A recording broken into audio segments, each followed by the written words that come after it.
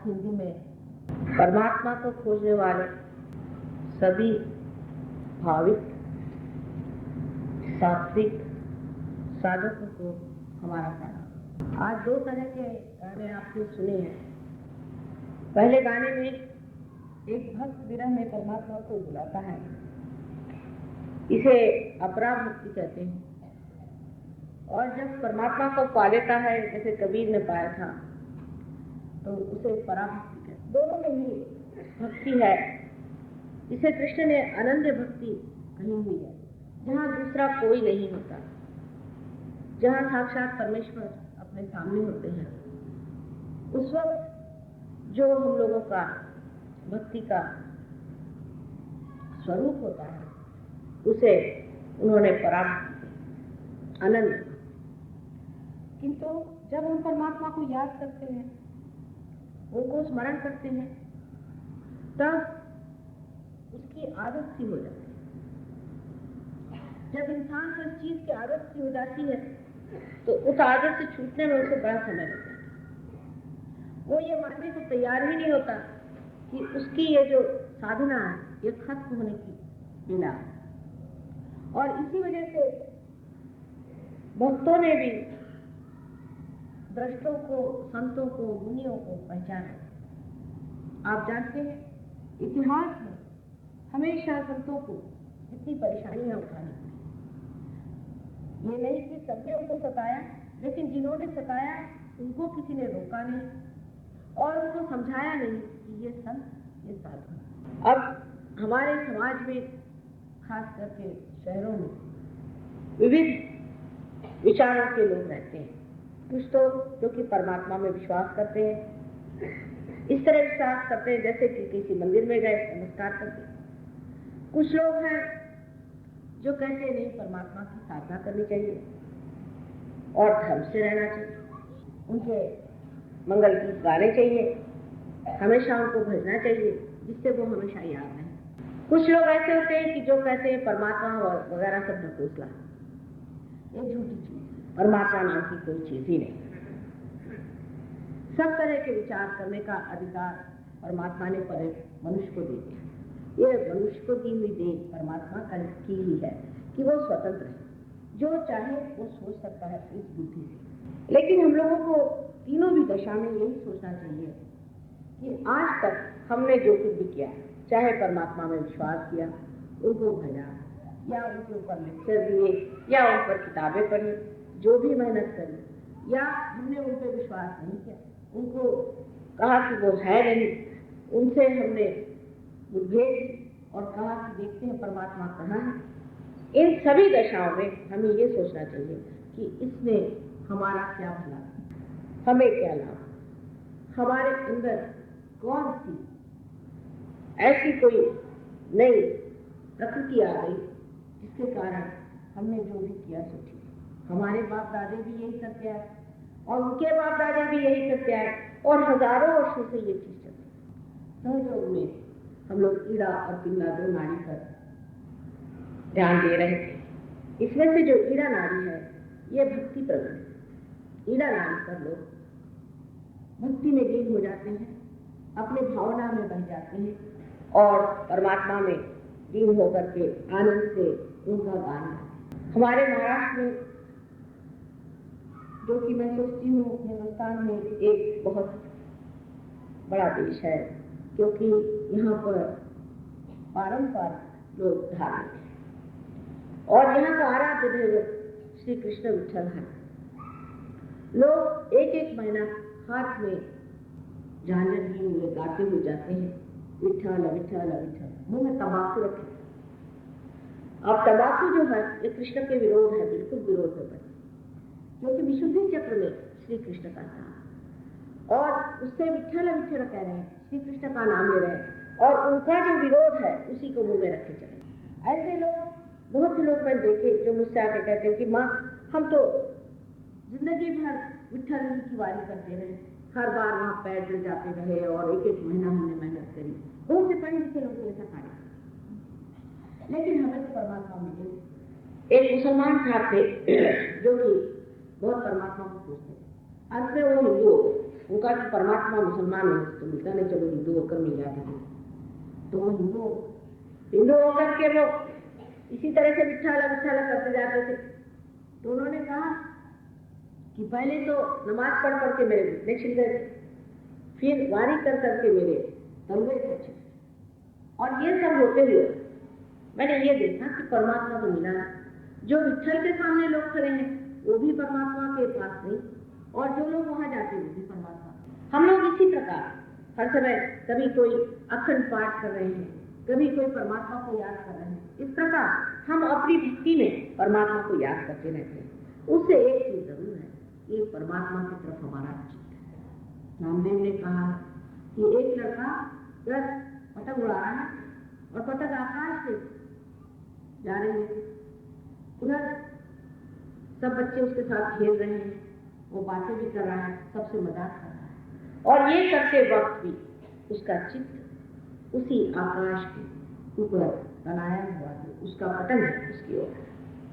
इस प्रकार एक साक्षात्कारी मनुष्य का हो जाता है कि उसका पूरा चित्त उसी ओर होता है। लेकिन जो नहीं हुआ, जिसे साक्षात्कार नहीं पाया, उसके लिए उचित था कि वो परमात्मा को याद करे। लेकिन यह सब करने से अगर परमात्मा को याद किया और परमात्मा ही नहीं मिले, जैसे आपने कहा कि या आपके व्याकुल लोग ढूंढ रहे हैं परमात्मा, और उनको अगर परमात्मा नहीं मिले तो जरूरी है कि मनुष्य कहेगा कि हाँ परमात्मा नाम की कोई चीज, लेकिन क्योंकि हमें उसका अनुभव नहीं हुआ, प्रचिति नहीं हुई, इसलिए उस चीज को पूरी तरह से मना करना मेरे ख्याल से अशास्त्रीय। उसको बगैर जाने बगैर उसकी प्रचिति पाए उसको कह देना कि वो नहीं है कोई सी भी चीज, मेरे ख्याल से एक तरह का इसका पलायन हुआ। इसके परमात्मा है, चाहे आप उसे माने या ना। मैंने आपको बताया था कि ये फूल, इसको कौन बनाता है, इन फूलों से फल कौन बनाता है, हमें अपने माँ बाप जैसे कौन बनाता है, कौन हमारे अंदर हमारे हृदय को चलाता है।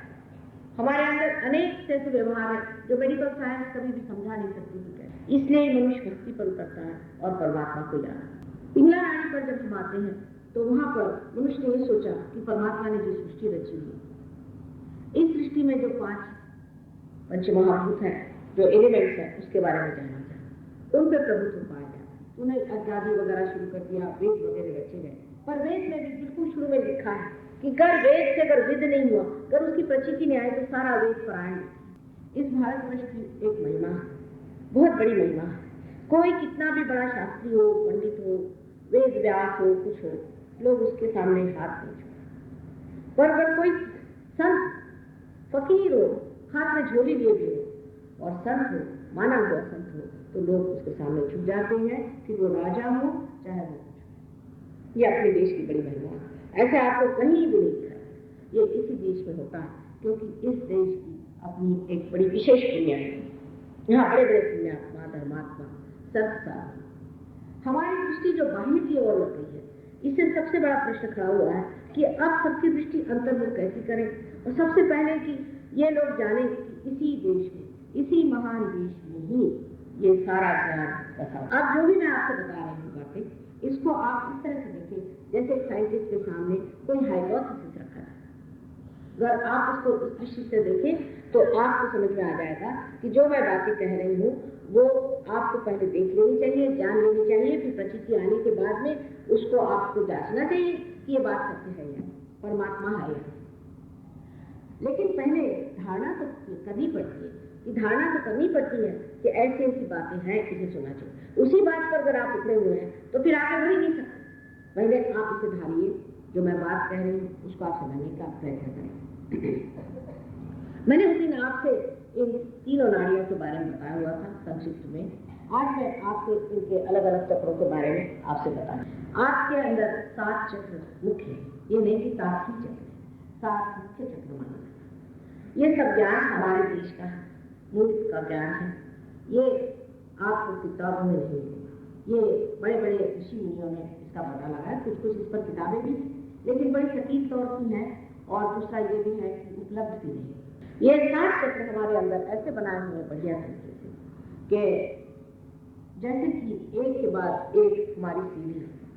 ये सीढ़ियां हमारे उत्क्रांति में बनाई। जब से हम कार्बन थे तब से लेकर के धीरे धीरे जैसे हम उठने लगे, वैसे वैसे हर एक उत्क्रांति का जो एक एक टप्पा हमने हासिल किया, उसके अनुसार ये जैसे कि एक एक माइलस्टोन बनाया गया। सबसे पहले कार्बन का जो हमारे अंदर प्रादुर्भाव हो, वो है पहला चक्र, जिसे कि मूलाधार चक्र। इस चक्र के बारे में भी बहुत से लोगों को बहुत गलत फहमी है। कुंडलिनी के बारे में तो जिसे देखिए वही लिखने लग जाता है। मैंने ऐसी भी किताबें पढ़ी हैं कि जिसको पढ़ के आदमी कहेगा कुंडलिनी के पास जाने की जरूरत नहीं। एक सामने लिखा है कि उसको कुंडलिनी जागरण हो गया, उसके अंदर बिजली चमकने लगी। किसी ने लिखा कि मेरे अंदर छाले आ गए, किसी ने कहा मैं मेंढक जैसे कूदने लगी। हिंदी में नहीं, अंग्रेजी में भी ऐसी किताबें बहुत छपी। वास्तविक कुंडलिनी आपकी माँ है, हर एक इंसान की ये माँ है, अपनी एक एक व्यक्तिगत माँ है। और ये माँ आपको आपका दूसरा जन्म देती है। ये जो माँ है, ये माँ क्या आपको कोई तकलीफ देगी? जब आपका जन्म हुआ था तो आपकी माँ ने आपको तकलीफ दी या सब तकलीफ खुद उठाई? जो विशेष एक दैवी माँ है, वो क्या आपको तकलीफ देगी या आपको परेशान? बुद्धि से भी काम लेना है। जो लोग इस तरह की बातें करते हैं, या तो वो इस काबिल नहीं है कि कुंडलिनी पर कोई भी हाथ चलाए। हो सकता है वो धर्मपरायण हो, अधर्मी हो, उसके चरित्र अच्छे न हो, वो रुपया पैसा बनाते हो, लोगों को ठगते हो, हर तरह की गड़बड़ियां हो सकता है कि उनको इसके बारे में कुछ भी जानकारी हो सकता है कि उन पर किसी ने कुछ भूत प्रेत विद्या करके उनको भस्मीसात कर कुछ भी हो। लेकिन कुंडलिनी जागरण से आज तक हजारों लोगों की कुंडलिनी जागरण हो गया है सहयोग से, लेकिन हमने कहीं नहीं देखा कि लोगों में ये परेशानी या तकलीफ। कुंडलिनी खुद सूझबूझ रखती है, पूरी तरह की सूझबूझ कुंडलिनी के अंदर है। और जैसे कोई एक टेप रिकॉर्ड नहीं होता, उसी प्रकार इस 3.5 वलय में इसने आपका पूरा इतिहास लिखा। जब से आप कार्बन थे तब से आज तक का पूरा इतिहास। ये जानती है कि आपने क्या क्या गलतियां की, आप कौन से गलत रास्ते पर गए, आपने क्या क्या अपने साथ दुर्व्यवहार किया है, दूसरों के साथ दुर्व्यवहार किया है, क्या क्या आपने ऐसे काम किए हैं जो परमेश्वर के मार्ग में एक तरह से रुकावटें हो सकती, बाधा हो सकती, वो सब कुछ हो जाता है। उसके बाद इसका हिसाब किताब पूरा है। लेकिन वो आपकी माँ है। माँ ये नहीं सोचती कि मेरा बेटा कितना दोष है, वो ये सोचती कि किस तरह से इस बेटे को मैं जो है तो उसका जो धन है उसे दे, किस तरह से मैं बचाऊं। माँ का ये नहीं विचार आता, समझ लीजिए किसी का बच्चा डूब रहा हो तो माँ ये नहीं सोचती कि मेरे साथ क्या क्या दुष्टता की, कितना सता, वो सोचती जो भी हो सब माँ इसका स्वखत बच्चा है। इसी प्रकार ये माँ आपकी यही सोचती है कि आपको किसी तरह से बचाए। लेकिन इस माँ के लिए आपका जो बाल्यावस्था में पाया गया हुआ अबोधिता का धर्म है, जिसे हम लोग इनोसेंस कहते हैं, वो वहाँ पर नीचे स्थित है, यहाँ पर कि इसे मूलाधार चक्र कहते हैं। ये जो कुंडलिनी ऊपर है और मूलाधार चक्र नीचे में है, कुंडलिनी स्वयं मूलाधार में। मूलाधार जो है वो है कि जिसे कहते हैं कि मूल का आधार। अगर मूल कुंडलिनी है तो उसका आधार माने उसका गृह, उसका घर जो है वो आपकी ये त्रिकोणाकार अस्थि है, और उसके नीचे गणेश तत्व जो बसा हुआ है वो आपके अंदर बसी हुई अबोधि है। आजकल तो चालाकी करना, होशियारी दिखाना, बदतमीजी करना, या ऐसा कहें कि अपने चरित्र के साथ हर समय विडंबना, ये एक तरह का लोगों का बड़ा शौक। लोग सोचते हैं कि इसमें उन्होंने बहुत कुछ करना, अपने पवित्रता के साथ छलना करना, अपने साथी के साथ हमेशा कोई न कोई उपाधि लगा देना। इस पर हमारा बड़ा विचार चलता है कि किस तरह से कैसे क्या करें। ये चक्र जो है हमारे अंदर बहुत महत्वपूर्ण है। हालांकि इस देश में ये चक्र बहुत बलवान है, क्योंकि कुछ भी हो इस देश में पवित्रता का अर्थ लोगों को मालूम। लोग गलत काम करते हैं लेकिन वो जानते हैं कि ये गलत है, लेकिन परदेश मैंने देखा कि वो गलत काम करते हैं, इस तरह से विचित्र बातें करते हैं कि समझ में नहीं आता कि ये इंसान है या जानवर है।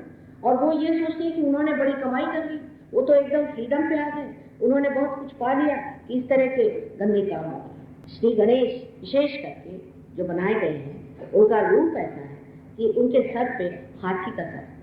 वजह ये कि हाथी एक पशु है और पशु कभी भी अहंकार एकत्रित नहीं करता, इसीलिए उसके अंदर अहम की भावना नहीं।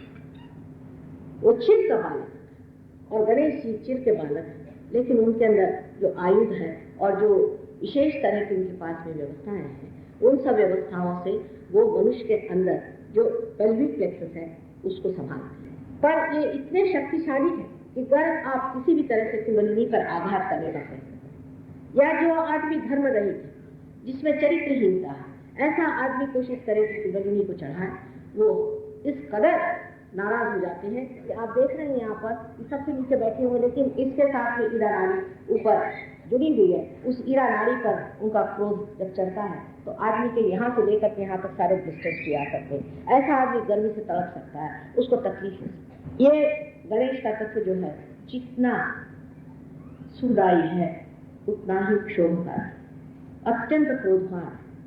इस भारतवर्ष में गणेश 8 अष्टविनायक आप जानते हैं कि जागृत पृथ्वी के तत्व से मिलते हैं। अब हम लोग मानते हैं कि सब ये वैष्णो देवी वहां जाना चाहिए, इस मंदिर में जाना, उस मंदिर में जाना, लेकिन ये जागृत तत्व क्या है? क्या हम जानते हैं ये जागृत तत्व क्या है? क्या ऐसी कोई सच्ची बात है कि वास्तविक कोई ऐसे जागृत तत्व का कोई स्थान? ऐसा स्थान है, क्योंकि पृथ्वी तत्व जो है ये स्वयं साक्षात जागृत। आपको आश्चर्य होगा, मैं एक छोटी सी जगह मुसलवाड़ी में गई थी, वहां पर लोगों ने मुझे बताया कि ये जागृत स्थान है और वहां पर कोई भी दीवार नहीं बना सकते। एक अंग्रेज वहां लिख गया कि अजीब सी जगह है, यहाँ पर कोई आप दीवार नहीं बना सकते, कोई बंद नहीं बना सकते, तो बंद को ऐसे सीधे लेने की जगह से गोल घुमा दिए और फिर इस तरह से। और पता ये हुआ कि ये जगह एक फकीर यहाँ से बताया कि ये जगह माटी ही से छोड़ दीजिए। जब हम जाके हम लोगों ने देखा तो उसके अंदर से चैतन्य की लहरियां, ठंडी ठंडी लहर, साक्षात सारा संस्थान। लेकिन ये सिर्फ एक फकीर या कोई संत या साधु या सहयोगी बता सकता है। जिसको इसकी अनुभूति नहीं है वो नहीं बता सकता कि ये चीज जागृत है या ये झूठ है या ये सच है या झूठ। इसके लिए आपको वो ऊंची संवेदना, जिसे कि हम लोग सामूहिक संवेदना कहते हैं, उसमें जागरूक होना पड़ता है। फिर मैं कहूंगी कि आपको जागरूक होना पड़ता है, सिर्फ लेक्चरबाजी से नहीं। आपको होना, जब तक आप इसमें प्राप्त न होंगे, जब आपके अंदर इसकी प्रचीति नहीं आएगी, जब तक ये आपको विद नहीं होगा, आप में और उन साक्षात्कारियों में हमेशा अंतर है। इस चक्र के विशेषता ये है कि जब कुंडलिनी का जागरण होता है, जैसे आप मेरे और ऐसे हाथ करके इस वक्त बैठे तो अच्छा रहेगा, भाषण करते ही काम हो सकता है, और पैर से जूते उतार। आप जिस वक्त मेरे और इस तरह से हाथ करके बैठे हुए हैं, तब आपके ये जो 5 यहाँ पर उंगलियों में ये सिम्पैथेटिक नर्वस सिस्टम के एंड्स हैं, ये 6 और ये 7, इस प्रकार 7 चक्र लेफ्ट साइड में और 7 चक्र राइट साइड। अब ये जो 7 चक्र हमारे लेफ्ट राइट में है, जैसे मैंने बताया था, इस तरह से मिल जाते हैं और सुषुम्ना नाड़ी ऐसी बीच में तैयार हो जाती है। मैंने आपसे पिछले लेक्चर में बताया। अब जब आप मेरी और हाथ करके बैठे हैं तो धीरे धीरे इसमें से चैतन्य बहना शुरू। जब चैतन्य बहना शुरू हो गया तो वो जा करके वहां पर श्री गणेश को खबर देता है कि अब कोई अधिकारी सामने खड़ा है। ये अधिकार आपको स्कूलों में, कॉलेजेस में, या किसी थियोसॉफिकल सोसाइटी में, या थियोलॉजी में, या पठनादि से किसी से भी नहीं। ये अधिकार जो है ये साक्षात्कारी मनुष्य को ही अधिकार। जब ऐसा व्यक्ति जो जानकार है उसके सामने आप इस प्रकार हाथ फैलाते हैं तो गणेश जी को पहले इसका न्योता मिलता है कि आप कुंडलिनी से अब कहें कि आपको निमंत्रण है और आप चाहें। गणेश जी के बगैर ये काम नहीं है। अब अगर किसी डॉक्टर से कहा जाए कि गणेश जी जो है ये आपको प्रोस्टेट ग्लैंड को देखते हैं या संभालते हैं तो कहेंगे क्या बात करें माता जी, गणेश जी का और मेडिकल का क्या है। मेडिकल साइंस जो है ये तो ऊपर में है, लेकिन उसके जड़ में अगर श्री गणेश बैठे तो 1 मिनट अपने बुद्धि से ये पूछें कि अगर इससे हमारे प्रश्न पर किसी तरह से सुलझ सकते हैं तो क्यों नहीं इस चीज को हम समझें कि श्री गणेश क्या है और उनका हमारे अंदर जागरूक होना कितना जरूरी है। एक महाशय थे, वो हमारे पास आए और कहने लगे कि माँ मुझे प्रोस्टेट की तकलीफ हो गई है, डॉक्टर कहते हैं ऑपरेशन। वो बड़े सहयोगी थे दूसरे गणेश को। मैंने कहा आप इतने बड़े गणेश भक्त हैं, आपको कैसे प्रोस्टेट है? मेरी समझ में नहीं आता, क्या गणेश आपसे नाराज हो गए? कहले माँ पता नहीं, मैं तो बड़ी गणेश की भक्ति करता हूँ। मैंने कहा अच्छा लो भाई चना खाओ, आज हमारा प्रसाद चना है, चना खाओ। तो इधर उधर देखने लगे। मैंने कहा आने का नहीं क्यों करें? कहले आज संकष्टी है और संकष्टी में उपवास करता हूँ। मैंने कहा यही तो वजह है। जिस दिन गणेश जी का जन्म हुआ उस दिन आप सूतक रख रहे। ये किससे आपसे बताया कि जिस दिन जन्म हो उस दिन आप उपास करें। अब धर्म में कितने दोष है देखिए। बहुत से लोग कहते हैं कि धर्म हम इतना करते हैं, हम इतने धार्मिक है ना, तो भी हमें मार। अब देखिए छोटा सा दोष देखिए कि जब राम का जन्म होता है तब उपवास करें, कृष्ण का जन्म होगा तब उपवास करेंगे, और नरक चतुर्दशी जिस दिन नर का द्वार खुलता है उस दिन बैठकर सवेरे खाना खाएं। सब उल्टी बात, बिल्कुल उल्टी बात है। ये पता नहीं किसने सीखा। जिस दिन आपके घर में बेटा पैदा होगा उस दिन आप क्या उपास करें, जिस दिन दत्तात्रेय पैदा हो उस दिन होगा। कोई भी देख लीजिए जिसका भी जन्म हुआ उस दिन उपास करते। उस दिन उपास करने की क्या जरूरत है, मेरी समझ नहीं आता। दूसरा ये कि परमात्मा के नाम पर क्यों उपास करें, उसने कब कहा कि आप उपास करें। आपको करना हो आप करिए, आप अपने शौकिया आप उपास करना करिए। क्या इस देश में तो ऐसे ही लोग उपास नहीं करते, लेकिन धर्म में हम इतनी गलतियां करते हैं और बिल्कुल ना समझी से जिसने देखा करके स्त्री आचार और ब्राह्मणाचार की वजह से हमारे धर्म में भी इतने दोष हैं। वही हाल मुसलमानों का है, वही हाल ईसाइयों का है, वही हाल सिखों का है, सबका एक है कि अपने बुद्धि से उसको हम समझते नहीं है कि किस वक्त क्या। अब इनसे मैंने कहा कि आप खाइए, आपको विश्वास नहीं होगा। उन्होंने वो खाया, मैंने कहा छोड़िए, आज से आप ये प्रॉमिस करिए कि संकष्टी के दिन आप मोदक बनाकर खाएं, क्योंकि उनको मोदक दिया है इसलिए आप मोदक बनाएं। तो अच्छा माँ मैं आपको पूरा प्रॉमिस देता हूँ कि मैं मोदक खाऊं। आप आश्चर्य करेंगे कि उनका प्रोस्टेट पूना वो पहुंचे और वो चिट्ठी भेजी कि माँ मेरा प्रोस्टेट गया, उसकी तकलीफ ही गया। इसी प्रकार धर्म में हम अनेक अनेक अनेक गलतियां करते हैं, और इसीलिए जब हम कहते हैं कि हमने धर्म धारण किया, हम ये करते हैं वो करते हैं, फिर माँ हमें क्यों नहीं। इसका परमात्मा पे कोई दोष मत दीजिए। दोष है जिसने आपको समझाया और बताया। जैसे कि लोग बताते हैं कि जब कुंडलिनी जागरण होता है तो बड़ी गर्मी होती है और ऐसा होता है वैसा है। सब झूठ है, एकदम झूठ है, ऐसा कुछ भी नहीं। इस बात पे आप बिल्कुल मत विश्वास करें। ये लोग सब पैसा बनाने वाले आपको डरा करके और ऐसा दिखाते हैं कि ये बड़े कहीं पहुंचे हुए लोग, और इस तरह से आपको गलत रास्ते पर डाल देते हैं और आप फिर ये पूछने लग जाते हैं कि भाई हमारा कुंडलिनी जागरण हुआ उससे तो हमारी हालत ही खराब हो गई, हम तो पागल खाने पहुंच गए। होना ही, क्योंकि वो कुंडलिनी का जागरण नहीं, आपके सिंपैथेटिक नर्वस सिस्टम की ओवर एक्टिविटी हो जाती है जिससे आप पागल हो सकते। अब श्री गणेश के बाद मैंने आपको बताया था कि ये जो चक्र है जिसे कि हम स्वादिष्ठान चक्र कहते हैं, इसके बारे में आपसे मैंने पहले बताया हुआ। उससे ऊपर में जो चक्र है वास्तविक ये चक्र है, यही दूसरा चक्र है जिससे नाभि, क्योंकि इसी चक्र से स्वादिष्ठान चक्र बाहर निकल करके कमल जैसा निकलता है और चारों तरफ घूम करके, और ये जो बीच में जो जगह बनी हुई है जिसे कि भवसागर कहते हैं, अपने पेट की जो जगह है जिसे विश्राम कहते हैं, इसके पूरी इसको वो जितने भी उसमें इंद्रिय है, जितने भी उसमें ऑर्गन्स है, सबको वो शक्ति देती है। उसके बारे में आपसे मैंने पहले बताया था कि डायबिटीज आदि बीमारियां कैसी होती हैं। लेकिन आज मैं उससे जो उसके जड़ में जो चक्र है जिसे कि नाभि चक्र कहते हैं उसके बारे में। नाभि चक्र जो है ये विष्णु का चक्र, नारायण का चक्र। अब कोई कहेगा कि माँ तो सब हिंदू धर्म में कहते हैं, लेकिन और भी लोग बहुत सारे सब इसी से निगरित हैं। ईसा मसीह ने भी कहा है कि those who are not against me are with me. पर ईसाई लोग ये जाकर पता नहीं लगाएंगे कि और वो कौन है। उन्होंने तो बना लिया कि ईसा के सिवा और कोई नहीं, इस्लाम ने बना लिया कि मोहम्मद के सिवा और कोई नहीं।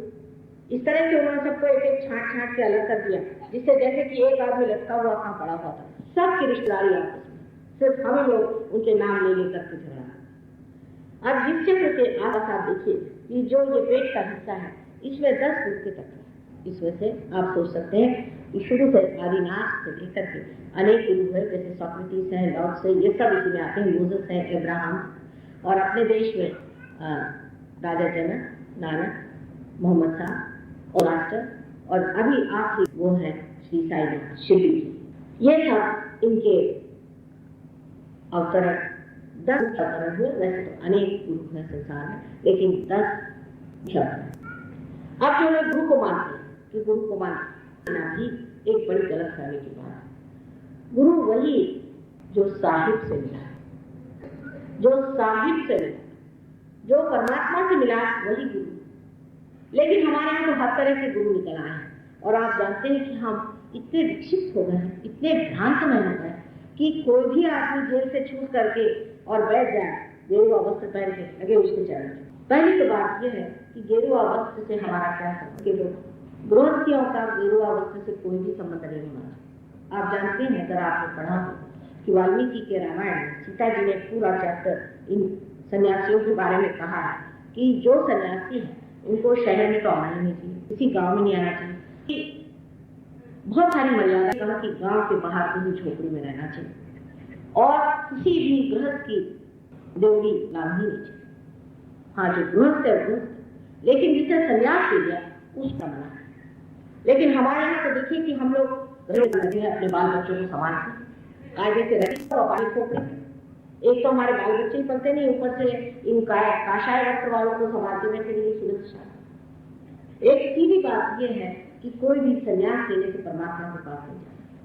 ये तो ऊपरी संन्यास अंदर का। राजा जनक को विदेही कहा करते थे और उनकी लड़की को वैदेही, क्योंकि विदेशी से पैदा। वो स्वयं राजा थे, राजा जैसे रहते थे, राजा जैसे आभूषण करते थे और उनको लोग बड़े बड़े साधु संत दृष्टा उनके सामने नतमस्तक करते थे, क्योंकि उनकी दशा ये, क्योंकि वो स्वयं साक्षात दत्तात्रेय के अवतरण आदि गुरु के अवतरण। लेकिन आजकल हमारे देश में इसकी संवेदना जाती है, लोग भ्रांत हो गए, बहुत ही भ्रांत हो गए और ऊपरी तरह से कोई ऊपर से दिखाने वाला कोई तमाशा वाला आदमी पहुंच जाए तो लोग उसके चरण में पहले जाते। कोई ना कोई तमाशा होता ना जानता, किसी भी तमाशे के पीछे में भागना हम लोगों में एक स्वभाव का एक बात होती है कि कोई तमाशखोर पहुंच जाए तो उसके पीछे हम भागते, फिर हजारों लोग उसके चरण में जाएंगे, अरे भाई, और फिर छोटी छोटी बातें उसके बारे में फैलाना कि उसने इस आदमी को ठीक कर दिया, वो ठीक हो गया, उनको शांति मिल गई। इस तरह की गलत फहमियां बहुत से लोग कहते हैं कि हम गुरु के पास गए थे, हमको शांति मिली। मैंने कहा, कैसी शांति मिली आपको? अशांत शांति मिली हुई। अब आप हिल नहीं सकते, आपको अशांति तो है ही, लेकिन वो अशांति जो है जब के पत्थर हो गई, अब आप हिल नहीं सकते।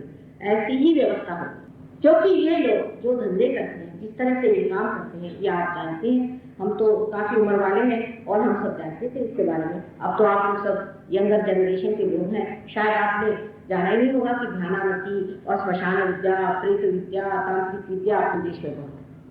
इस समय कुछ मुझे लगता है कि दिल्ली के लोगों का मन तांत्रिकों से कुछ हटा है, नहीं तो जहाँ जिस गली में जाएंगे वहाँ एक तांत्रिक बैठा हुआ था आपके राजधानी। इन तांत्रिकों का शौक आपको भ्रांत कर दिया और इसमें आप ऐसी छोटी छोटी चीजों के पीछे में भागने वाले लोग परमात्मा को कैसे पाना?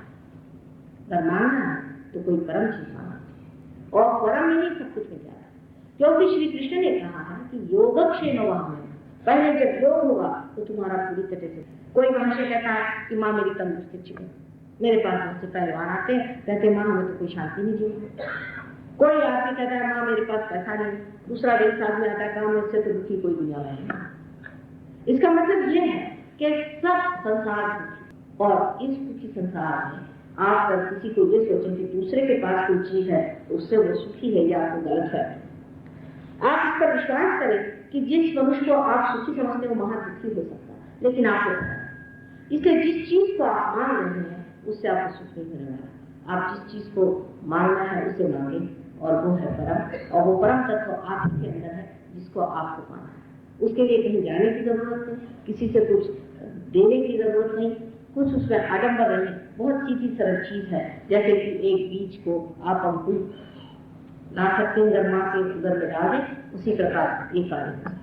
लेकिन मनुष्य के लिए सीधा खाना सादा होना भी कठिन होगा, क्योंकि वो सीधे इधर से खाना आप जानता ही नहीं, इधर से हाथ फिराते हुए खाना खाते। कोई काम सीधे तरीके से करना उसके बुद्धि के परे हो जाए, उसकी बुद्धि इतनी जटिल हो गई, सोच सोच करके उसका दिमाग खराब। इस गुरु के कारण कैंसर जैसी बीमारी होगी, गलत गुरु के सामने आपकी पेशानी, इसीलिए सबने कहा कि अपनी पेशानी सबके सामने न छुपो। यहाँ तक कि मंदिरों में जब आप जाते हैं, कोई भी आदमी आपको अगर टीका लगा देते जाता है, हर एक आदमी से आप अपने माथे पर टीका लगाते हैं, बहुत बड़ा किसी का क्या अधिकार है कि आपके माथे पर छुए? आप जानते हैं कि आपने तो कहा कि 9-10 साल बिना को लाभ। मैं कहती हूँ कि ये तो हजारों वर्षों से आपको बना करके आज परमात्मा ने मनुष्य बनाया हुआ है, और उसको आप किसी के सामने भी सर झुका देती। किसी के सामने भी सर झुकाने को हमेशा लोगों ने बना दिया है। सिर्फ साक्षात्कार जो आदमी वही जानता है कि किसके सामने सर झुकाना। हम तो कहते हैं कि हमारे भी पैर छूने की आपको कोई जरूरत नहीं, और न छो तो अच्छा है। जब तक आप पार नहीं हो, जब तक आपके आत्म चैतन्य नहीं आया, हम आपके लिए वैसे ही जैसे दूसरे हैं। जैसे कि आप मंदिरों में जाते वैसे ही हम यहाँ बैठे हो, हमसे आपको छूने से क्या है? चरणों में आने पर तभी फायदा हो सकता है अगर आपके अंदर वो कनेक्शन शुरू हो गया। अगर हम इसके सामने बात कर रहे हैं और ये कनेक्शन ही नहीं है तो इस बात करने से फायदा। इसलिए किसी को भी पैर पे जाना और पैर पे लेना दोनों ही मैं दोष में समझती हूँ, क्योंकि लोग अब बहुत जबरदस्ती करेंगे। जब किसी से भी हम पैर न छूए तो उनको तो लगता है माने जैसे तो उनको शाप ही दे। मैं ये कहती हूँ बेटी, तुम क्यों छू? तुमको मैंने क्या है? किसलिए मेरे पैर छू? जब तक तुमको कोई भी मैंने आत्मा का परिचय दिया नहीं तब तक आप मेरे पैर क्यों छू रहे हैं? मैं भी कोई ढोंगी हो सकती, मैं भी कोई गलत हो सकती। क्या वजह है कि आप मेरे पैर छूए? आदत है। और इस आदत की वजह से हमारा एकादश जो है, जो माथे पर हमारा बड़ा भारी एक चक्र होता है जिसपे 11 रुद्र बैठे। रुद्र आप जानते हैं कि संहार शक्ति।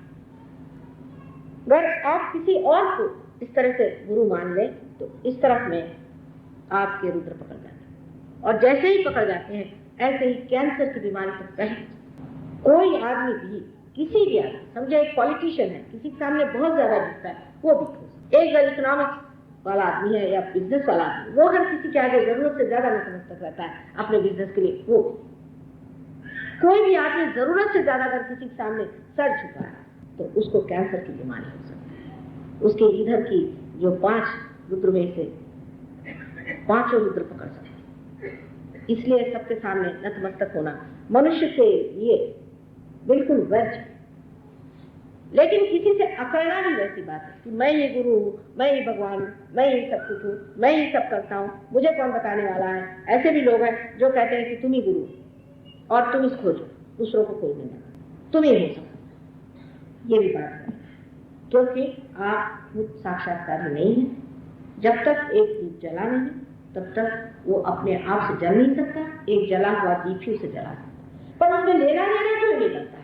उसमें किसी भी तरह का स्वार्थ नहीं होता है, किसी भी तरह का उपकार नहीं होता है। ये तो आपका दीप जला नहीं और एक दीप जला हुआ, उसे छू गया, आप जल गए। उसमें किसी भी तरह की ऐसी बात नहीं आती कि जिसमें आपको पूरी तरह से ये कहना है कि आपका कोई व्यक्तित्व नहीं, आप एकदम से पागल जैसे उनके पीछे लगे। अभी ऐसे बहुत से लोग मैंने देखे, स्पेन में 50,000 लोग ऐसे कि जो एक गुरु महाराज कोई है उनके पीछे में इतने नतमस्तक है कि पागल है। स्पेन की महारानी उनके देश से ऐसे ऐसे आप गुरु घंटाल यहाँ देखते हैं कि उनका क्या करें तो समझ नहीं आता। हमारे यहाँ 50,000 या लोग एकदम पागल हो। इस तरह के न जाने कितने तरह तरह के लोग आपने बाहर भेज दिए। आपको एक्सपोर्ट के लिए और तो कुछ मिला नहीं देश में, तो बढ़िया से ऐसे लोगों को बाहर भेज दिया है कि सबने ना करा सके। और उनके लिए हम अगर कुछ कहें तो लोग कहते हैं कि माँ तो बहुत इंटॉलरेंट है। तो क्या ऐसे लोगों को मार करना, उनकी आरती उतारे और उनको सिंहासन पे बिठा? पहले जमाने में तो दैत्यों को मार के उनको हत्या कर दी गई, लेकिन अब कम से कम उनको कहा तो जाए कि ये दैत्य है और राक्षस है। उसमें आप लोगों को क्यों इतने परेशानी हो जाती? क्या आप भी उन्हीं के साथ लिए हो? दूसरे लोगों को लूटना, खसोटना, उनसे पैसा लेना, उनको दूसरे मार्ग में डालना, ये कहाँ का था? और वो भी भारतीय होकर के आपको क्या दिखता है? ये एक तरह का अजीब सा छिपा हुआ एग्रेशन, और ये इस तरह से छाया हुआ है कि आप आश्चर्यचकित होंगे कि एक साहब वहां आते हैं लंदन और उन्होंने कहा साहब मेरे लिए अगर आप रोल्स रॉयस दें तो मैं आऊँ। अब सब लड़कों ने 1 साल भर से फॉलो खाया, पैसा बचाया और उनको रोल्स रॉयस। एक लामा साहब पहुंचे वहां, ये लोग आके मुझे बताते, मुझे बड़ी हैरानी। लामा साहब जो कि बड़े साधु सन्यासी बन गए, वो वहां पहुंचे, उनका साहब हमें तो मार्बल के फ्लोर पे चढ़ता नहीं, वहां मार्बल बड़ा महंगा मिलता है स्वीडन में। तो स्वीडन के बेचारे लोगों ने भूखे रह करके उनके लिए मार्बल का फ्लोर बनाए थे जो पधारे वहां। और पधारने के बाद ये चीज कि आप उनके सामने जाइए तो 1001 बार उनके सामने आप चुके। मैं आपको इसलिए सब बातें बता रही हूँ कि इस सब चक्कर में कोई ना कोई आप लोग होते हैं। सवेरे 10 आदमी मिलने आया, उसमें से 9 इस चक्कर हमें समझ नहीं आता, हमने तो कोई गलती नहीं करी। मैंने कहा तुम खोजने क्या करती हो? जिसने परम की बात की और जिसने परम दिया उसी के चरण में जाना चाहिए और उसी के शरण में जाना। बाकी सब बेकार। इनकी बातें जो हैं, बातों से तो इंसान का दिमाग खराब हो जाता है। आपने सुना होगा बहुत से लोग वेद पे बात करते हैं, वेद, वेदाचार्य, ये वो। एक महाशय मुंबई में है, बड़े भारी वेदाचार्य, अमके पंडित तमके पंडित। उनकी उम्र हमसे छोटी है, बड़ी नहीं, लेकिन वो जब बात करते तो ऐसा लगता है कि सठिया जो बकते चले जाते हैं, ऐसे बकते चले जाते हैं, लोग तो उनके पास 5 मिनट खड़ा होना नहीं चाहते। अब उनको समझ नहीं आता कि लोग उनसे भागते क्यों। इस कदर क्रोधी और तपस्वी क्या करना चाहिए, तापमय इंसान है कि जो भी उनसे के पास बैठता है वो कहता बाप रे बाप, ये तो एकदम तूफान है। और गुस्सा उनको इतना आता है कि अगर कोई उनकी बात किसी से तो कहते हैं अरे तुम तो ऐसे दुष्ट हो, तुम तो ऐसे खराब हो, और लेकर के माना। अब बताइए, इतने वेदाचार्य और फलाने और ठिकाने होते हुए उनके ये सारा बाहरी रह गया, कुछ उनके हृदय में कुछ नहीं गया, ना उनमें दया, ना अनुकंपा, ना कुछ नहीं, बस बड़बड़ाते रहते सुबह शाम तक। ऐसे मैंने फ्रांस में बहुत से देखे, वो तो बस में चढ़ते हुए बड़बड़ाते। पूछा क्या? ये कहने बड़े भारी पादरी। मैंने कहा वाह भाई, ये पादरियों का, ये एक बड़े भारी पादरी थे, इसलिए हम लोग कुछ इनको कहते नहीं, बस में बड़बड़ाते चलते सुबह से शाम। ऐसे बहुत मिलते हैं फ्रांस। मेरे ख्याल से वहां इस तरह के प्रकार बहुत हो चुके, लोगों ने बहुत अध्ययन करके और पकड़ा लिया। तो इस तरह के गुरुओं के जो कि सिर्फ बातचीत कर, आपको कहेंगे 50 पारायण करो, दत्तात्रेय का आप पारायण करो, गुरु का आप पारायण करो। 50 पारायण करने के बाद में मिला एक महाशय माता था, हमसे कह लगे माँ हमने तो 14 वर्ष की तपस्या की। मैंने कहा अच्छा, और उन्होंने सिर्फ पारायण करने को कहा, और शिव जी का मंदिर तो उतरा है, और अब क्या खले 1 मिनट में कुंडली जागरण। तो मैंने कहा भाई ये सोचना चाहिए कि पारायण करने से परमात्मा मिलता है। तो अपने देश में कितने लोग जो तो पढ़ ही नहीं सकते, इसका मतलब उनको परमात्मा नहीं मिलेगा, सिर्फ पढ़े लिखों को ही मिलेगा। जो वेदाचार्य है उनको मिलेगा, जो वेद पढ़ सकते, संस्कृत जाने वाले कितने लोग, मैं कहती हूँ कुरान शरीफ पढ़ने वाले कितने लोग, या बाइबल पढ़ने वाले कितने लोग हैं। मतलब जो वो पढ़ते नहीं वो काम से गए, ऐसे कैसे हो सकता? जो परमात्मा सबका ही निर्माण करने वाला है, सबको ही प्रेम करने वाला है, वो कैसे काम करेगा? इसलिए जो भूतत्व में खराबी आ जाती है उससे आप लोग सब बच के रहिए। और ये भूतत्व हर तरह से आपके अंदर एक तरह की सीमा बांध देता है। ये हम करके दिखाएंगे, उनका 4 दिन का उपास, हम 10 दिन का, ये सब चीजों से परमात्मा नहीं मिलता। सहज समाधि लगा, सहज होना। पर जो चीज सहज नहीं है, जिसमें असहज है, वो परमात्मा की चीज हो ही नहीं सकती। एक सीधी बात आप सोचिए कि आप इंसान बने, आपने कौन सी मेहनत करी, आप क्या करके बल खड़े हुए कि आपने अपनी दुनिया काटी थी, किस तरह से आप बन गए? आप इंसान अपने आप सहज सरल बन। इसी प्रकार उचित स्थिति में जाने के लिए भी सहज ही भाव होना चाहिए। और जब तक सहज भाव नहीं आता है तब तक आप जो भी ऐसी उटपटांग चीजें करते हैं उससे आपको नुकसान, तकलीफें होंगी, चक्र पकड़ेंगे, आपको परेशानी होगी, चाहे वो शारीरिक हो, मानसिक हो, बौद्धिक हो, पर आप परेशानी होंगे। इसलिए मैंने पहले कहा कि सहज भाव से बैठे, और कहा कबीर को, क्योंकि कबीर सहज भाव, उनका मिलन हो चुका था, इसलिए वो मिलन में गाते। अब ये जो आपका जो चक्र है, इसमें एक तरफा तो ये हुआ कि जहां आप किसी को भी गुरु मान लिया, ऐरा गहरा लट्ठू खैरा जैसे कहते हैं, किसी को भी गुरु मान लिया, गलत आदमी को गुरु मान लिया, गलत चीजों में सच चुका। दूसरे ऐसे होते हैं कि जो किसी को मानते हैं, भगवान को भी नहीं मानते, मैं इन्हीं सबका गुरु हूं, उनसे इधर के जो 5 सूत्र है वो पकड़ जाए। इस प्रकार के 2 प्रकृति के आदमी। अब जो किसी को नहीं मानते, जो बड़े भारी वेदाभ्यास करने वाले, इनके बारे में अभी मैंने आपको वर्णन करेंगे कि किस तरह की होती है, और उनकी जो प्रवृत्ति होती है इस कदर घनीभूत तरीके से क्रोधी होती है कि इस आदमी के पास भगवान हो ही सकता है, ऐसा कोई भी नहीं विश्वास करता। भगवान इनके पास से गुजर सकते हैं, ऐसा भी कोई नहीं विश्वास करता। परमात्मा जो है वो प्रेम का, आनंद का, सौख्य का और अनुकंपा का, क्षमा का, जिस आदमी में इस कदर क्रोध, इस कदर सबके साथ वितृष्णा, वो आदमी कभी भी परमात्मा का आदमी हो नहीं। अब इसके बीच में जो विष्णु का तत्व है, इसके बारे में मैं जरूर आपको बताना चाहूंगी, क्योंकि अपने देश में हर एक जगह जाइए तो लोग मुझसे ये कहते हैं, माँ हमारे गरीबी का क्या होगा। जैसे कि इन लोगों ने कुछ गरीबी का ठीक ही किया हो, जो मुझसे कहते हैं कि गरीबी का क्या होगा।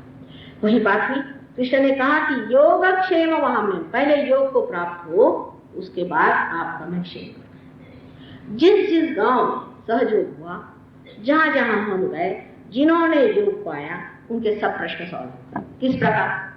सबसे पहले तो सारी गंदी आदतें छूट जाए, ढक जाए। मनुष्य के अंदर की जितनी भी आदतें जिससे मनुष्य जकड़ा हुआ है, वो सारी ही एक साथ छूट जाए। आप जानते हैं, अभी बता रहे थे कि 200 आदमी हमारे साथ प्रदेश से घूम रहे थे।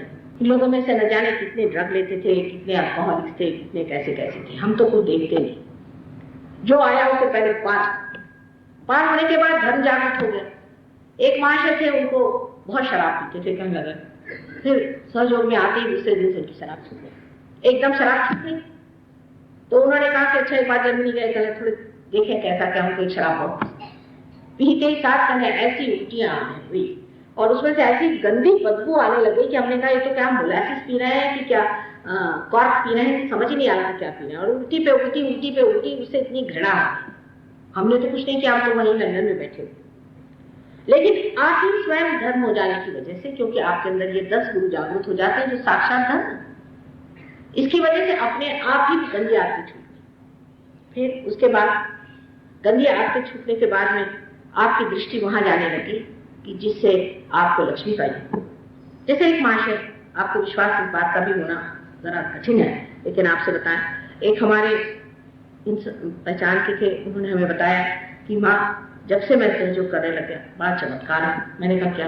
कहने जिस जमीन पे मैं टहलता था उसकी मिट्टी इतनी बढ़िया हो गई कि एक आदमी आके मुझसे कहने लगा कि भाई किसी फकीर ने आके हमसे बताया कि यहाँ की मिट्टी थोड़ी सी लेकर के तुम अगर ईंटें बनाओ तो पत्थर जैसी हो जाएगी।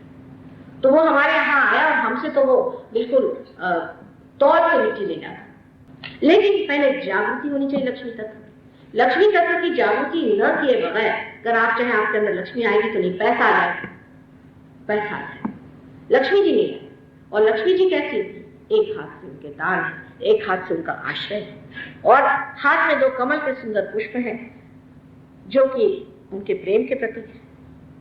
और इतना ही नहीं, पर एक भौरा जिसके अंदर इतने कांटे हैं उसे तक वो अपने अंदर समा लेती है। ऐसे लक्ष्मीपति आप हो सकते हैं जो समाधान में इतने संतुलन में खड़ी थी, कमल पर पे खड़ी रहती, इतनी सादगी से, इतनी डिग्निटी से वो रहती। मैं तो बहुत आजकल देखती हूँ कि जो पैसे वाले हैं उनके अंदर कोई डिग्निटी, उनके अंदर दिखाई नहीं देता है कि उनके अंदर कोई प्रतिष्ठा हो। बिल्कुल अप्रतिष्ठित तरीके से, इस तरह से लांगन चार्ज करते हैं कि समझ में नहीं आता कि इतनी चापूसी करने की इनको क्या जरूरत है जब इनके पास लक्ष्मी का प्रसाद है। पर लक्ष्मी का प्रसाद नहीं है, सिर्फ पैसा है। अगर गधे के ऊपर आप अगर नोट लगा दीजिए तो क्या वो लक्ष्मीपति हो जाए? तो ऐसे पैसे वाले से वो लक्ष्मीपति जो कि अपने शान, अपने गौरव में खड़े, जो किसी के सामने हाथ नहीं फैलाता, जब है तब बांटते ही रहते। ऐसे हमने अपने आंखों से लोग देखे हुए हैं, ऐसे हमने जाने हैं जो होते। हमारे स्वयं पिता इस तरह, उनकी इतनी दानी प्रवृत्ति थी, वो सवेरे हर इतवार को चीजें बांटा करते, किसी दिन कंबल बांट दिया, किसी दिन, और उनकी आंख हमेशा नीचे रहती और देते रहते थे, देते रहते। लोग 2-2 ले जाते, 3-3 ले जाते। तो हाँ, कोई कहे उनसे क्या कर रहे हैं आप, 2-2 3-3 कंबल एक आदमी दे रहे हैं, आंख तो नीचे की। कहले भाई मैं दे नहीं रहा हूँ, दे कोई और रहा, मैं जिससे मेरी शर्म लगती। सब लोग कहते हैं आप दे रहे हैं, ऐसी बात। ऐसे तो बड़े स्वातंत्र वीर थे, लेकिन इस मामले में शर्म लगती कि लोग मुझसे कह रहे हैं, मुझे बड़ी लज्जा आती, लोग मुझे कह रहे हैं तुम दे रहे। और देते वक्त में कहीं अब देने वाला जो वो जाने, मुझे मतलब ले 2 4 मुझसे क्या मतलब, जिस दे रहा है वो जाने, मुझे क्या करने का, मैं तो बीच में खड़ा हूँ। ऐसे लोग थे पहले इस भारत में। अब तो पता नहीं कुछ वो दिखाई नहीं दे रहा इस तरह का तरीका। पैसे वाले का मतलब तो यही हो गया कि बहुत घमंडी, बहुत क्रूर, और किसी का परवाह नहीं, अपने माँ बाप की परवाह नहीं, अपने भाई बहनों की परवाह नहीं, अपने को बहुत सब कुछ समझना, ये पैसे वाले की लक्षण है। दुनिया में किसी की भी परवाह नहीं करना। ये जो हमारे यहाँ अब नया तरीके का पैसे का भूत सवार हो गया है, इस भूत से हमारी समाज व्यवस्था पूरी तरह से टूट गई। औरतों के लिए भी अब ये हो गया है कि पति से बढ़ के पैसा हो, बच्चों से बढ़ के पैसा हो, हर चीज में पैसा है। जहाँ पैसा मुख्य हो जाता है और प्रेम नगण्य हो जाता है, वहां लक्ष्मी का स्वरूप होता है, वहां सब लक्ष्मी का स्वरूप खत्म हो जाता है। और उस जगह सिर्फ पैसे का एकदम रूखा जीवन आ जाता है, जो आज आपको प्रदेश में दिखाई देता है। यहाँ से भी जो हिंदुस्तानी प्रदेश में जाते हैं उनकी पता नहीं क्या हो जाती, सारी परंपरा टूट करके वो बेतहाशा पैसे के चक्कर। मैं तो उन लोगों को देखकर हैरान होती हूँ कि ये क्या मेरे देश के लोग हैं। इस तरह से जब हम अपने को गलत रास्ते पर डाल देते हैं तब तो उस पर बहुत जोर का मारा। ऐसे पैसे वालों को बहुत बुरे दिन देखने पड़ते हैं, उनके बच्चे जो वाहियात निकल जाते हैं, इधर उधर दौड़ जाते हैं और गलत काम। ऐसे पैसे वालों के लिए कोई भी आशीर्वाद नहीं। आप जाके देखिए, रात रात में सोते हैं, उनको परेशानी है। तो जो पैसा लक्ष्मी स्वरूप है, उस पैसे को आप प्राप्त करते हैं, उस संपत्ति को, उस धन को आप प्राप्त करते हैं जो लक्ष्मी की देन है, जब आपके अंदर कुंडली जागृत। और इसलिए इस देश का जो दारिद्र्य है उसी दिन दूर होगा जब यहाँ पर लोग योग को प्राप्त, उससे पहले कभी नहीं हो सकता। आप कोशिश कर लीजिए। मैं गई थी वहां पर राहुरी में, मैंने देखा खूब झोपड़ियां बनी, कल अभी ये झोपड़ियां बनाई। मैंने कहा अच्छा कि कोई नगर बनाया है। मैंने कहा नगर कैसा है पता नहीं। वहां से जा रहे थे तो सामने रास्ते पर, इस रास्ते से जा रहे थे, सामने इस तरह से रास्ता था, उसमें से लोग खूब शराब पी पी करके आके और उससे धड़ाधड़ गिर रहे। एक तो हमारे मोटर के सामने गिर गया, एक नहीं दो नहीं, काफी सारे लोग वहां से निकले रहे। मैं भाई ये कौन सा नगर बना है? ये झोपड़ियों का नगर बना है, इसमें सब शराब चलती। कल हाँ ये तो ऐसे नगर बना। इनको झोपड़ी थी तो उसमें शराब शुरू कर दी, 100 रुपया दे दिया तो उसमें शराब शुरू कर दी। ये कोई गरीबी हटाने का लक्ष्य, इस तरह से गरीबी नहीं हटेगी। ये तो शराब ऐसे पीछे पड़ गई थी, आप इसमें से 50% गरीब मर ही जाएंगे तो गरीबी हट जाएगी। इलाज तो ऐसा ही हो रहा है कि लोग जिए ही नहीं। रास्ते पर घर घर गिर रहे थे, उनमें कोई ताकत नहीं थी, क्षीण हीन ऐसे बने हुए लोग। इनकी गरीबी आप क्या हटा सकते? इनको तो पैसा मुफ्त देने से इन्होंने शराब पी पी करके और धंधे कर करके और अपना सर्व सत्यानाश कर दिया। अब गरीबी हटाने पर एक और प्रश्न है कि जब हम इस तरह की तांत्रिक विद्या और ऐसी मैली विद्याएं करते हैं तो लक्ष्मी जी दूसरे पैर से चली जाएगी। जिस घर में तांत्रिक विद्या शुरू हो जाएगी लक्ष्मी जी दूसरे पैर से चली जाएगी। आज मैं विशेषकर धर्म पे बात कर रही हूँ क्योंकि ये बहुत जानना जरूरी कि हम धर्म में कितनी गलतियां करते हैं। जो लोग अपने घर में दिवाली मनाते हैं हर जगह दीप जलाते हैं रात, क्योंकि महारात्रि थी, उस वक्त ये न हो कि लक्ष्मी कहीं लौट के चली जाए। उनको अंधेरा पसंद नहीं। और जितनी मैली विद्या है, जितनी भूत विद्या, प्रेत विद्या, श्मशान विद्या और ये दुष्ट गुरुओं का जो चक्कर चला, अगुरु लोग जो है इन्होंने जो चक्कर चलाया है, इन सब चक्करों की वजह से अपने देश में बिल्कुल काली पड़ गई, एकदम काला अंधकार। और वो काला अंधकार होने की वजह से अपना देश उठेगा। जब तक इन लोगों को आप समुद्र में नहीं डाल दीजिएगा, जब तक इनको आप अपने हृदय से निकाल नहीं दीजिएगा, और इस तरह की चीजें जब तक आपके समाज से जाएंगी नहीं, आपके समाज की गरीबी कभी हट नहीं सकती, क्योंकि लक्ष्मी जी ऐसे स्थान में बैठती है। तीसरी चीज इसलिए लक्ष्मी जी हमारे देश में नहीं है, उसका मुख्य कारण यह है कि यत्र नार्या पूज्यन्ते तत्र रमन्ते देवता। माने ये कि जो इंसान स्त्री की पूजा करता है, स्त्री को मानता है, उसकी इज्जत करता है, वहां देवता का आगमन होता है। लेकिन स्त्री भी पूजनीय होनी चाहिए। स्त्री भी ऐसी हो कि जिसकी पूजा न की जाए, तो ऐसे स्त्री सफाया। तो स्त्री ऐसी होनी चाहिए जो पूजी जाए, जो पूजनीय हो, जो पवित्र हो, जो उच्च विचार लेकर के संसार में रहे, प्रेम से अपने घर और रिश्तेदार और सबको संभाल सकते। ऐसी जो स्त्री हो जो पूजी जाए, ऐसी स्त्री के पति जो हो उनकी इज्जत करें, घर वाले उनकी इज्जत करें, स्त्री की, बच्चों की, लड़कियों की, माँ की जहाँ इज्जत होती है वहां देवता रमन करते हैं, नहीं तो भूतों का नाच शुरू हो जाता है। अब आप सुन रहे हैं कि अपने देश में स्त्री की क्या स्थिति। मैं तो तभी कहूंगी कि हिंदुस्तान की नारी एक विशेष स्वरूप की औरत जिसने बहुत कुछ सहन किया। पुरुषों की ज्यादती जितनी हिंदुस्तानी नारी सहन करती है वो कोई नहीं सहन करता। और अपना समाज ही पूरा ऐसा बन गया है आज कि बिल्कुल हम लोग इस मामले में निर्लज्जता से बात करते हैं। कोई कहता है कि साहब इतने लाखों रुपया की डाउरी दीजिए और नहीं तो आप हमारे दरवाजे नहीं। बिल्कुल उनको इस मामले में शर्म भी नहीं आती इस तरह की बात करने की। और इस तरह की चीजें इतनी अपने समाज में आज प्रचलित हो रही, जितनी जितनी बढ़ती जाएंगी उतने उतने आपके देश में गरीबी है।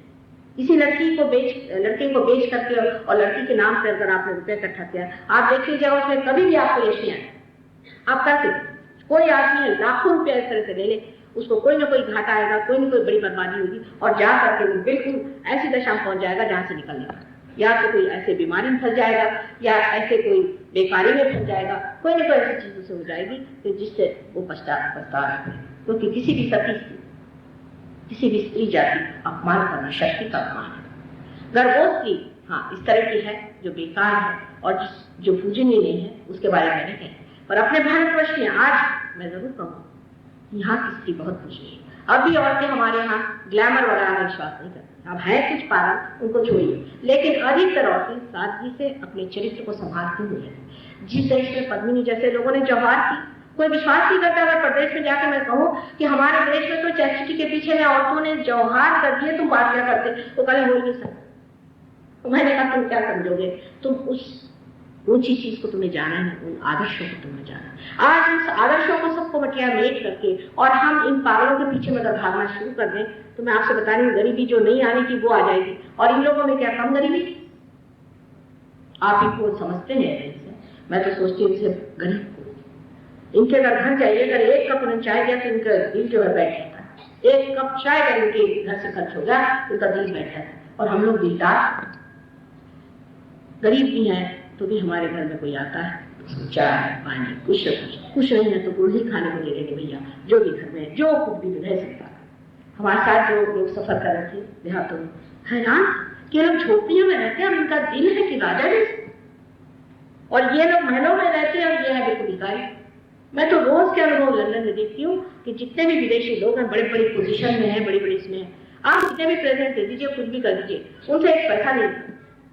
हमारे साथ की सेक्रेटरी है, वो साहब से कहती है कि भाई आपके बच्चे आ रहे हैं ग्रैंड चिल्ड्रन, तो आप परेशान हैं? उनका क्यों भाई? मुझसे कहती आप परेशान हैं? मैं कहती हूँ कल आपका सारा घर बंदा हो जाएगा। ये घर किसके लिए है? ये क्या मेरे लिए घर है? ये तो उन्हीं के लिए घर है जो मेरे बच्चे हैं। उनका ये था, कहती है कि हमारी जो ग्रैंड मदर थी जब तक 2 पी हमसे नहीं लेती थी हमको टेलीफोन नहीं करना। और उसी लंदन शहर में आप आश्चर्य करेंगे कि 2 बच्चे हर हफ्ते में मारे जाते हैं। तो ऐसे देश के अफियत से भगवान बचाए रखे, आप लोग उस और जाने की कोशिश न करें। जो कुछ है उसमें समाधान से परमात्मा की दृष्टि लेकर के अपने लक्ष्मी तत्व को आप जागो। इस देश का लक्ष्मी तत्व बिल्कुल जागृत हो सकता है, पर उसका सौष्ठव और उसका गौरव समझते हुए, अगर हम उसको न समझें और व्यर्थ की चेष्टाओं से और हम चाहें कि लक्ष्मी इकट्ठा कर लें तो कभी भी हमारे अंदर लक्ष्मी तत्व जागृत नहीं हो सकता। यही अपने देश का तरुणोपाय है कि अपने धर्म में जागरूक।